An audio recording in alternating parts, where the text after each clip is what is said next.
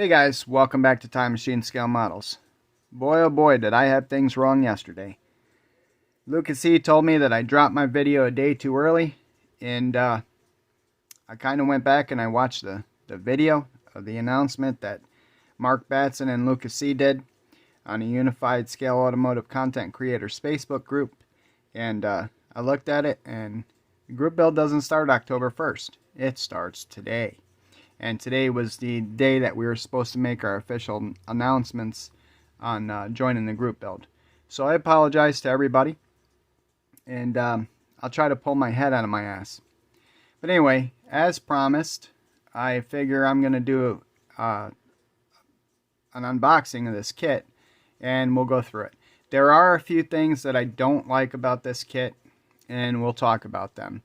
If you watched James Tester's video on the 10 things that he doesn't like about this kit, that's pretty much sums up my my dislikes as well. But we're going to go through it, and we're going to take a look at it. Stick around. Hey guys, thanks for sticking around. Alright, we're going to open this up. Now, I bought this kit several years ago at Dodge Days at Gilmore Car Museum. It's an all Mopar show and swap. So it's kind of appropriate that it's a Plymouth Roadrunner, right? So anyway, it has been opened, but it all is unstarted and complete on the inside. So let's take a look. Alright. So the main bag is open. Pull the body out, take a look. Now, if you guys have watched James Tester's video today, he highlighted 10 things that he does not like about this kit.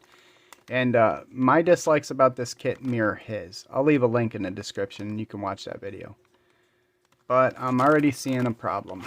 And there's a slice in the bag. And if you can see on the body, there is a huge slice right down the body. Guess that's going to be the first thing I address. I hope it's not too deep. Well, I guess I'll be addressing that when I address all the mode lines and stuff on it. Alright, so one of the things that James talked about was the molded in battery over here and the battery cables running into Never Never Land, and he's correct. Obviously the negative cable should be ground to the block.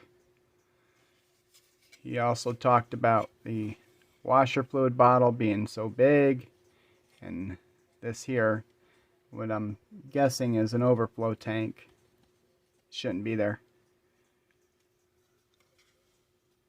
But otherwise, it is what it is. I mean, unless you're going to dissect the whole kit, you know, that stuff's going to stay. And we'll work with them. I'm a little bit disappointed about this though. This is kind of serious. I never noticed that before because I've never really been into this. So, alright. So, one of the next things is these tires. They are completely anemic. Look how narrow they are. They're so thin. They don't look the part. So we're going to do something different in that area. To go along with the tires, the wheels, they don't really go with this car. I mean, they look like Dodge wheels, but other than the fact that they're chrome and they should be body color,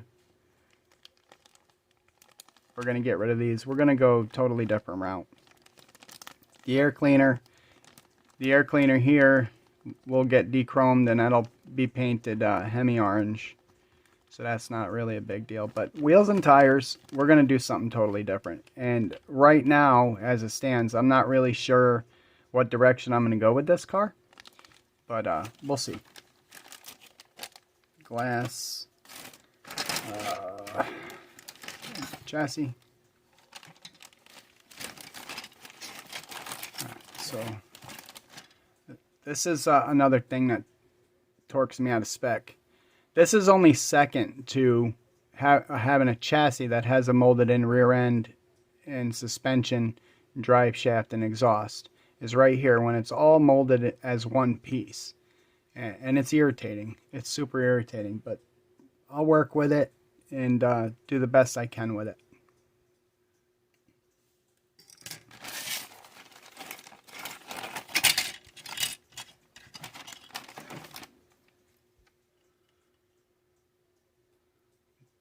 Door cards, the hood. Excuse me. Alright. And of course, this kit comes with the 446 barrel. And that's probably what I'm going to put in it, as opposed to reaching in my parts boxes and pulling out a Hemi. Alright. So another thing that James highlighted in his video, and I will highlight it in mine, are these side stripes here. He said it looked like Dino from the Flintstones. I'm not quite sure what it looks like. It looks like a turtle with a long neck to me. It definitely does not look like a Roadrunner.